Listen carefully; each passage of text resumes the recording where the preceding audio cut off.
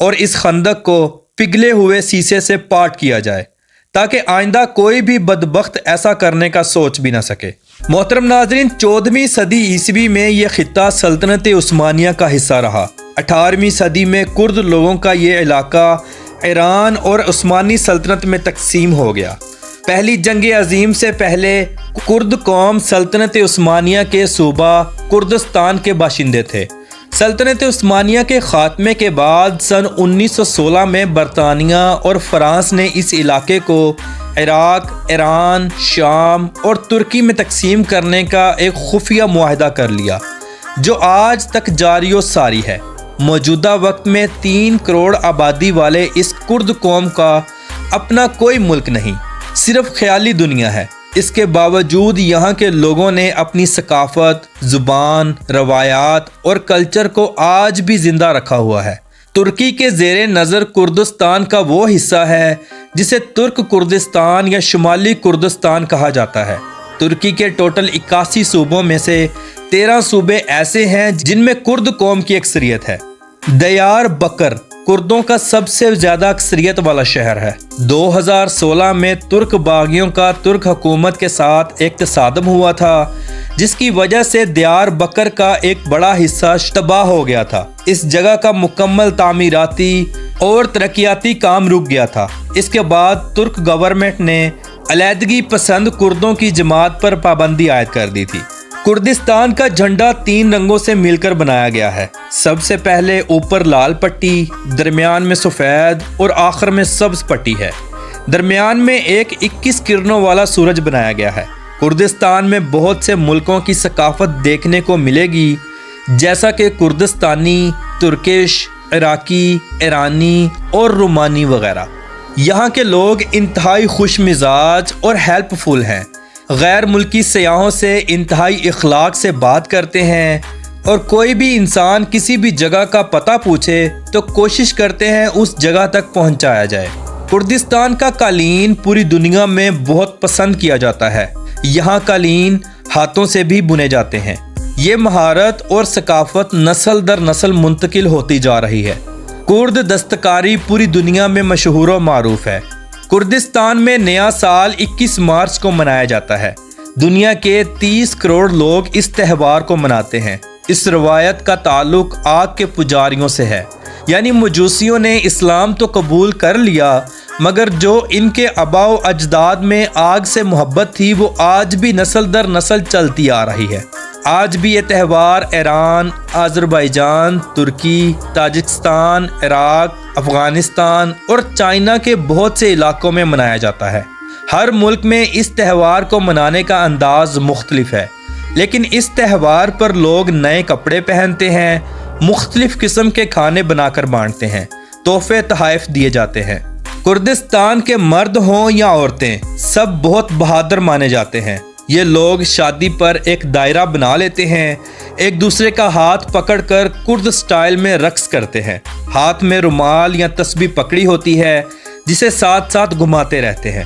یہاں کی عورتیں سونے کی بیلٹیں باندھتی ہیں کیونکہ یہاں شادیوں میں سونے کی نمائش خوب کی جاتی ہے۔ کردستان میں سونا انتہائی عام ہے۔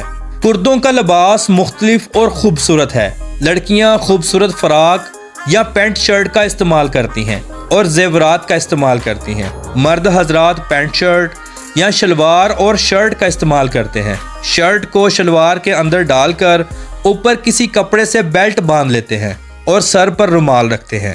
کردستان کا کل رقبہ 3,92,000 مربع کلومیٹر ہے۔ محترم ناظرین، سلطان نور الدین زنگی کے ایک فوجی افسر تھے جنہیں ہم آج سلطان صلاح الدین ایوبی کے نام سے جانتے ہیں۔ صلاح الدین ایوبی 1138 میں موجودہ عراق کے شہر تکرت میں پیدا ہوئے تھے۔ یہ کرد نسل تھے۔ ان کو 564 عیسوی میں مصر کے حاکم مقرر کر دیا گیا تھا۔ نور الدین زنگی کی وفات کے بعد صلاح الدین ایوبی حکمرانی پر فائز ہوئے۔ 1187 میں رینال کو ہیتن کے مقام پر شکست دی اور بیت المقدس کی طرف رخ کیا اور یورپی افواج کے خلاف جنگ کی اور پھر انہیں بھی شکست دی۔ پھر صلاح الدین ایوبی نے بیت المقدس کو آزاد کیا۔ بیت المقدس 88 سالوں بعد دوبارہ مسلمانوں کو واپس ملا۔ سلطان صلاح الدین ایوبی نے مسجد اقصی میں داخل ہو کر سلطان نور الدین زنگی کا تیار کردہ منبر اپنے ہاتھوں سے مسجد میں رکھا۔ اس طرح نور الدین زنگی کی خواہش سلطان صلاح الدین ایوبی کے ہاتھوں سے پوری ہوئی۔ صلاح الدین ایوبی اپنی رعایا اور عوام سے بے پناہ محبت کرتے تھے، جس کی بدولت ان کو بہت عزت، شہرت اور محبت ملی۔ 4 مارچ 1193 میں صلاح الدین ایوبی شام کے شہر دمشق میں 54 سال کی عمر میں انتقال کر گئے۔ اتنے بڑے سلطان جب دنیا سے گئے تو ان کے پاس صرف 1 سونے اور 40 چاندی کی اشرفیاں تھیں۔ ان کے پاس کوئی دوسرا بینک بیلنس یا محلات نہیں تھے۔ انہیں مسجد امیہ کے نواح میں دفنایا گیا۔ اللہ تعالیٰ ان کے صدقے ہمارے اوپر اپنا خاص فضل فرمائے اور ان کی قبر انور پر کروڑہا رحمتیں نازل فرمائے۔ آمین ثم آمین۔ کردستان کے تمام بڑے بڑے اور مشہور شہر عراق، ایران، ترکی اور شام میں آتے ہیں۔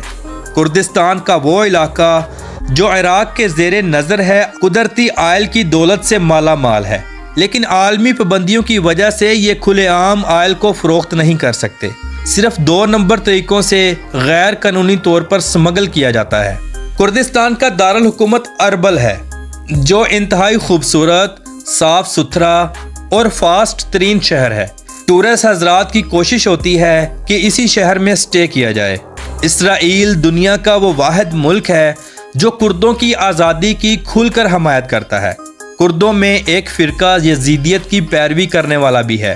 ان لوگوں کی تعداد 5 لاکھ سے بھی زیادہ ہے۔ ان لوگوں میں سے کوئی بھی چاہے لڑکا ہو یا لڑکی اگر کسی دوسرے مذہب کے لوگوں سے شادی کرتے ہیں تو اسے یزیدیت سے نکال دیا جاتا ہے۔ یہ لوگ عراق کے نزدیکی علاقوں میں آباد ہیں۔ لالش یزیدیوں کا مقدس مقام سمجھا جاتا ہے، جہاں ان کے رہنما کی قبر بھی موجود ہے۔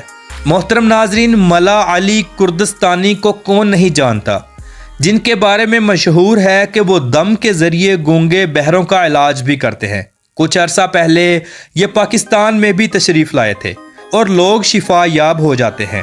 یہ کردستان کے ایک قصبے جس کا نام کلک ہے کے رہائش پذیر ہیں۔ ان کے کلینک کو بہت مرتبہ عراقی حکومت کی جانب سے بند کیا گیا اور انہیں اپنے ملک سے نکالا گیا۔ پھر انہیں سعودی عرب میں گرفتار کیا گیا، لیکن اب وہ ازبکستان میں رہائش پذیر ہیں اور اپنے کام کو جاری رکھے ہوئے ہیں۔ کچھ لوگ اسے جھوٹ مانتے ہیں اور کچھ لوگ اسے سچ مانتے ہیں۔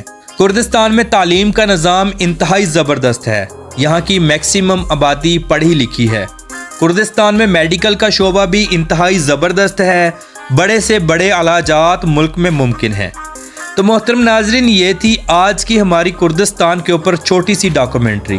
آپ کو کیسی لگی؟ کمنٹ باکس میں اپنی رائے کا اظہار ضرور کیجیے گا، اور نئے آنے والے دوستوں سے گزارش ہے ہمارے چینل کلاک ورک کو سبسکرائب کریں، زیادہ سے زیادہ شیئر کریں اور لائک کریں۔ یہ آپ کی محبت ہوتی ہے جس کے ہم منتظر ہوتے ہیں۔ تو ملتے ہیں انشاءاللہ اگلی اور بہترین ویڈیو میں۔ اللہ حافظ ناصر، خدا حافظ۔